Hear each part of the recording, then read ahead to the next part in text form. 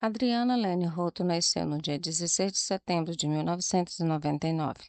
Ela morava na pequena cidade de Erstor, na Flórida, com a sua mãe, Amanda Louise, e o seu irmão, E.J.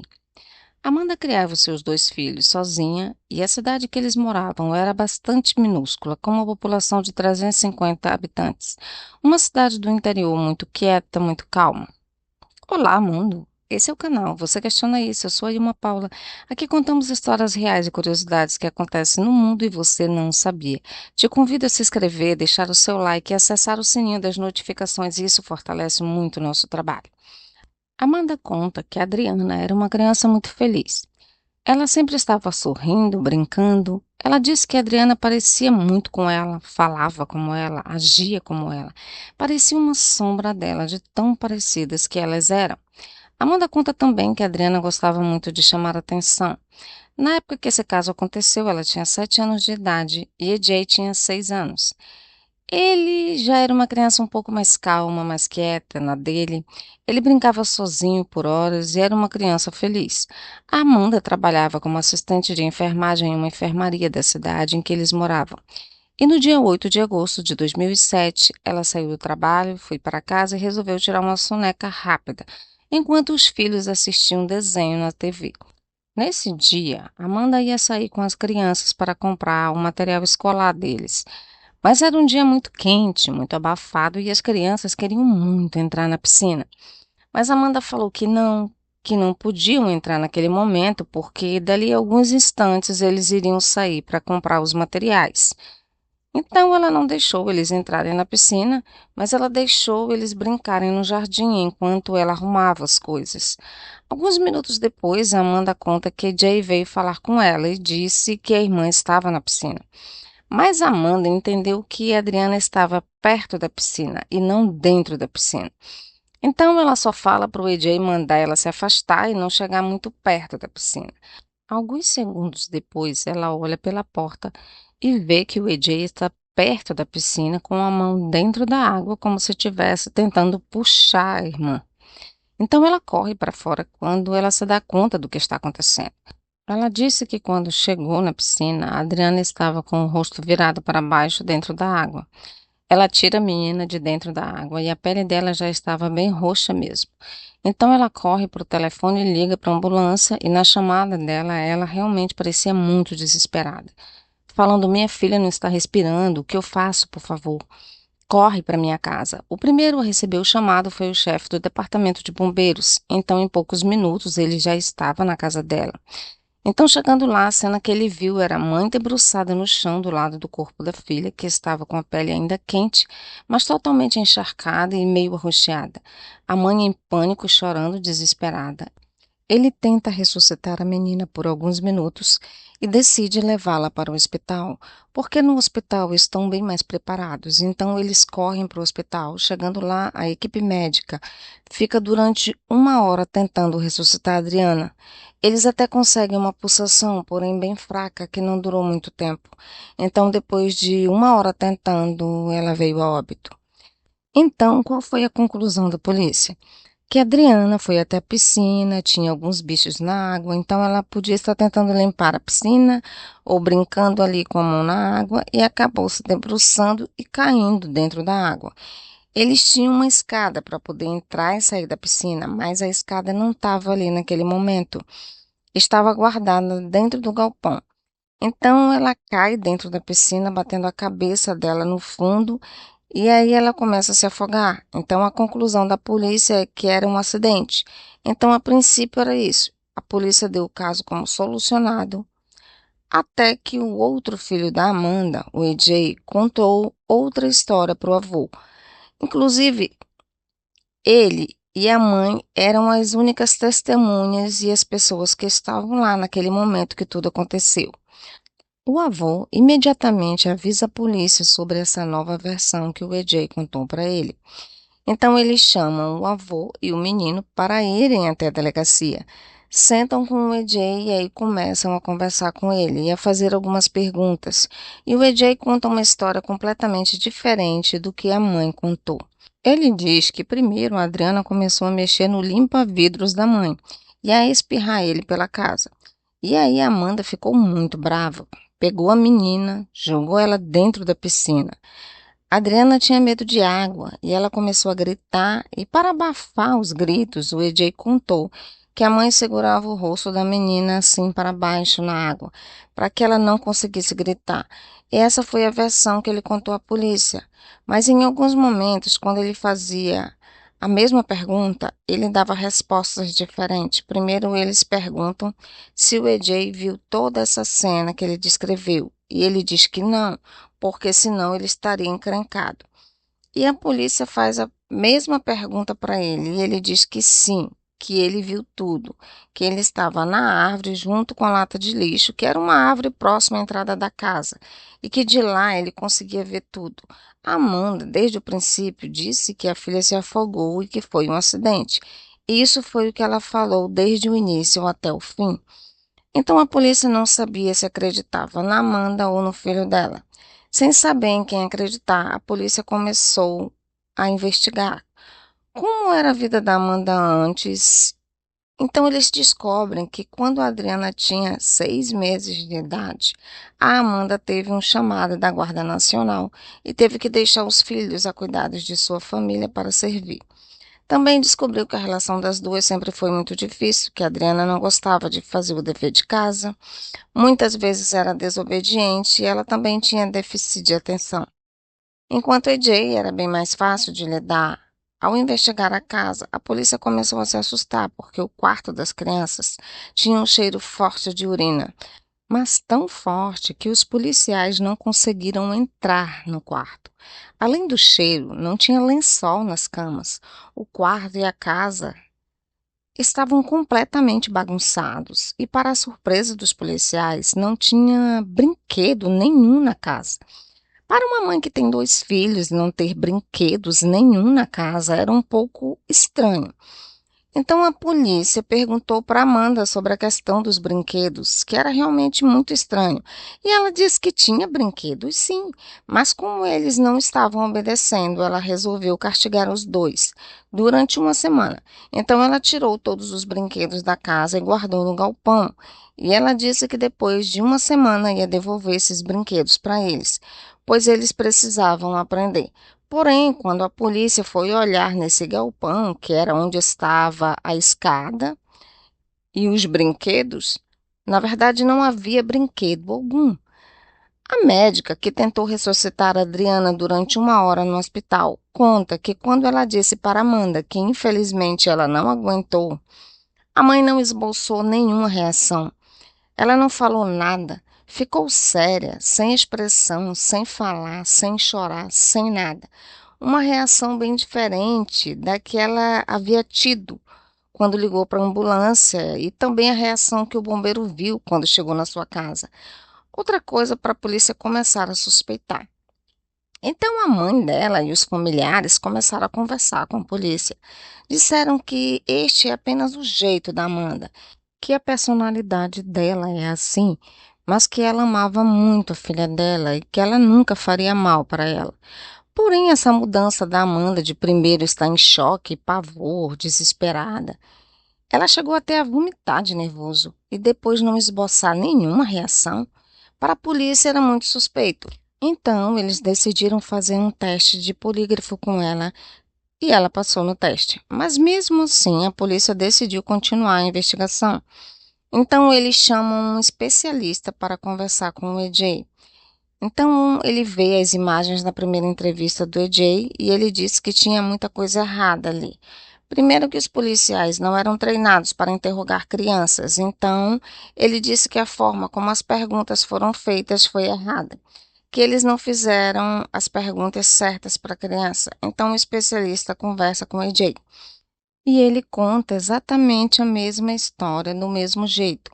Ele só muda a parte onde ele disse que estava primeiro em um lugar e depois estava em outro no momento que a mãe afogou a irmã, segundo a história dele. E aí os policiais começam a achar que talvez ele foi induzido por alguma pessoa a dizer essas coisas. Então a primeira pessoa que a polícia encontrou que poderia ter induzido o EJ a contar essa versão da história foi o avô dele. Na verdade não era avô, ele era casado com a mãe da Amanda, sendo o padrasto da Amanda. Ele se chamava Charles Burns e ele chegou na casa da Amanda 30 minutos depois do ocorrido. Então Charles ficou sozinho com o EJ durante 15 minutos. Então a polícia perguntou para ele o que eles conversaram durante 15 minutos. E o Charles disse que perguntou o que tinha acontecido e lembrou o EJ de sempre contar a verdade. E ele contou que depois de ter falado isso, ele contou ao avô o que ele acabou de ver. Diz que a mãe afogou a irmã na piscina. A relação do Charles com Amanda não era das melhores. Eles não se davam muito bem. Ele dizia que ela não era uma boa mãe em vários aspectos. Ele dizia que ela deixava as crianças com fome por horas. Ele dizia que ela era muito abusiva na forma de educar os filhos, principalmente com a Adriana. Agora a polícia tinha mais dois lados para a história. Primeiro, que Amanda não se dava bem com o padrasto, então ele teria um motivo para induzir o EJ a contar aquela versão.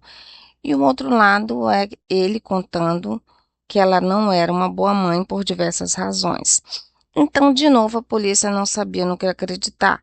Então, ainda investigando o histórico da Amanda, a polícia descobre que Adriana não foi a primeira filha que Amanda perdeu. Quando ela tinha 17 anos de idade, ela ficou grávida do seu primeiro filho, que se chamava Alex. A mãe dela conta que era uma criança cuidando de outra, mas que apesar de tudo, dela ser muito nova, ela era muito carinhosa. Quando o Alex tinha 1 ano e 4 meses de idade, ele simplesmente parou de respirar. Na autópsia dizia que ele teve uma convulsão e por conta disso ele acabou falecendo. O que começou a aumentar ainda mais as suspeitas da polícia. Então, 1 mês depois do acidente, Amanda foi presa por homicídio e sentenciada à prisão perpétua. E aí a defesa dela alegou que não poderia aceitar essa pena sobre o crime que ela não cometeu. Ou seja, a acusação precisava provar que ela cometeu esse crime. E para isso, eles usaram a única testemunha possível que eles tinham, que era o EJ de apenas 6 anos de idade. Então, 6 meses depois do acidente, agora já com 7 anos de idade, ele voltou ao tribunal para dar seu depoimento. Inacreditavelmente, ele foi como uma pessoa adulta. Ele sentou na cadeira, fez juramento e deu um depoimento como adulto na frente de milhões de pessoas desconhecidas, advogados, juiz. Foi surpreendente. E é uma coisa que eu não consigo imaginar acontecendo no Brasil, somente nos Estados Unidos mesmo. O que é mais bizarro foi colocar a criança nessa posição ali na frente de tantas pessoas para depor contra a própria mãe. Então ele entrou no tribunal acompanhado do advogado de acusação. Ele senta e tem tantas pessoas, tantos adultos desconhecidos que ele nem nota a presença da própria mãe, que estava bem ali do seu lado. Então eles começam a conversar com ele. Aí perguntam assim: se eu falasse que a sua mãe está aqui hoje, isso seria verdade? E ele respondeu: não, senhor. Então o juiz continua: onde está a sua mãe? Ele responde: na cadeia.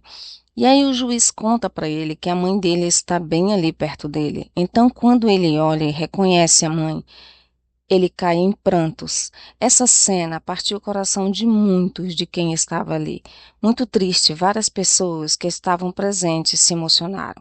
Posteriormente, Amanda disse que esse foi um dos piores momentos da vida dela.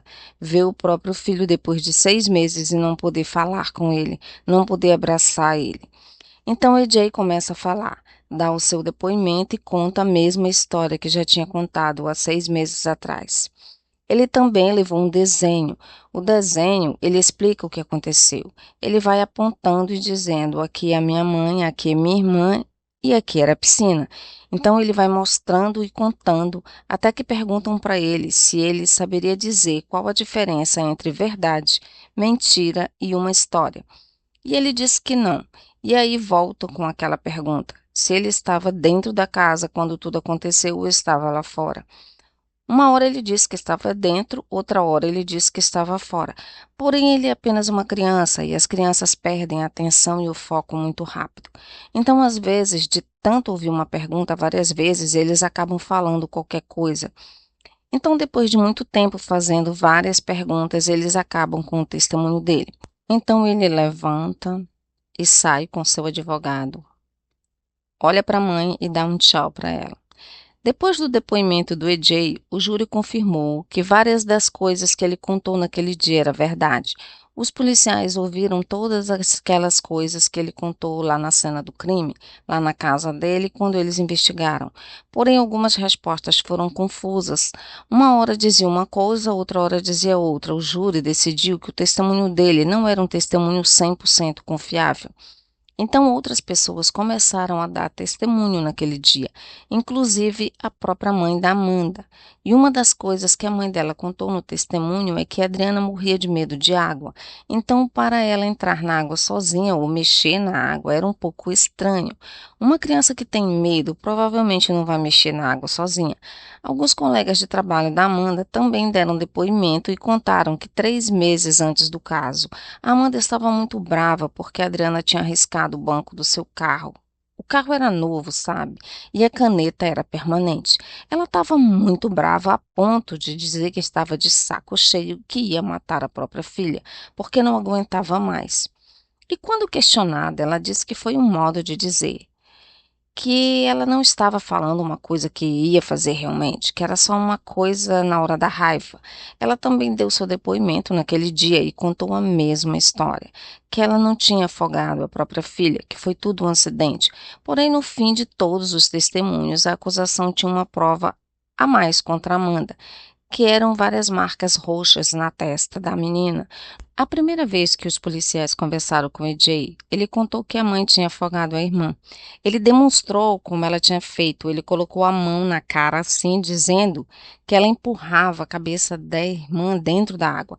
Parecia exatamente dedos de uma pessoa adulta que empurrou a cabeça dela com muita força. Ficou a marca ali, então, com o depoimento dos colegas de trabalho, a falta de brinquedos na casa toda, a sujeira, a bagunça da casa, o machucado na testa constatado pela médica que a atendeu. Era exatamente como o EJ tinha descrevido que a mãe afogou a irmã. Juntando tudo isso, 4 dias depois do julgamento, o júri deliberou 2 horas, incluindo o horário de almoço deles, e por fim decidiram que Amanda era culpada pela morte da filha e ela foi sentenciada novamente à prisão perpétua. Em 2010, ela tentou entrar com uma ação para recorrer à decisão do júri, que foi negada. Ela também deu uma entrevista e a entrevistadora perguntou para ela se ela sabe o que aconteceu com o filho dela. E ela diz que o seu sonho é poder sair da prisão e poder se juntar a ele novamente. E a entrevistadora pergunta: o EJ foi adotado? E ela diz: não que eu saiba. E aí ela rebate: sim, ele foi adotado. E ela fica em silêncio por alguns segundos. Depois ela disse que não sabia disso. E aí ela fala que o sonho dela era realmente conseguir sair e recuperar a guarda do filho. E agora, sabendo disso, que ele foi adotado, ela não tinha mais motivo nenhum para continuar lutando. Hoje Amanda está viva e continua cumprindo a sua pena. O EJ se adaptou super bem à família que o adotou. Ele é uma criança muito feliz, que vai super bem na escola e está ótimo lá com a sua nova família. Então, se você gostou desse vídeo, não esquece de deixar o seu like aí embaixo, compartilhar e se inscrever no canal. Fiquem todos com Deus e até a próxima.